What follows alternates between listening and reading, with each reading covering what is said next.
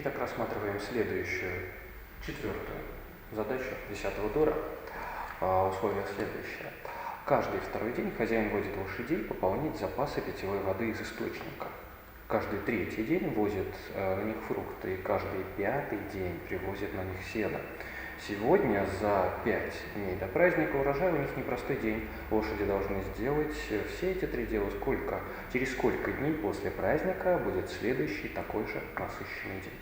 Ну, во-первых, каждый второй день хозяин выполняет одну операцию, каждый третий день другую, каждый пятый день третью. Вопрос, когда же, допустим, после того, как все эти 3 события сошлись, то есть наступил трудный день, наступит следующий трудный день.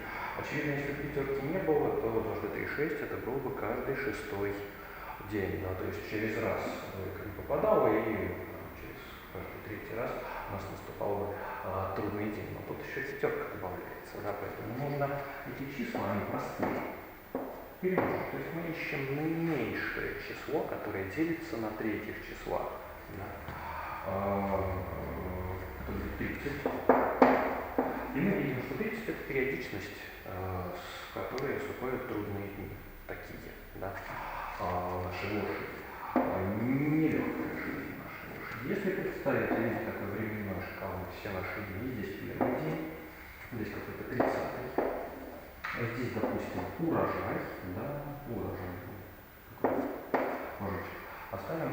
Единственное, что у нас до урожая 5 дней, то очевидно, после урожая, ну, дайте еще 25 дней до наступления следующего трудного рабочего дня.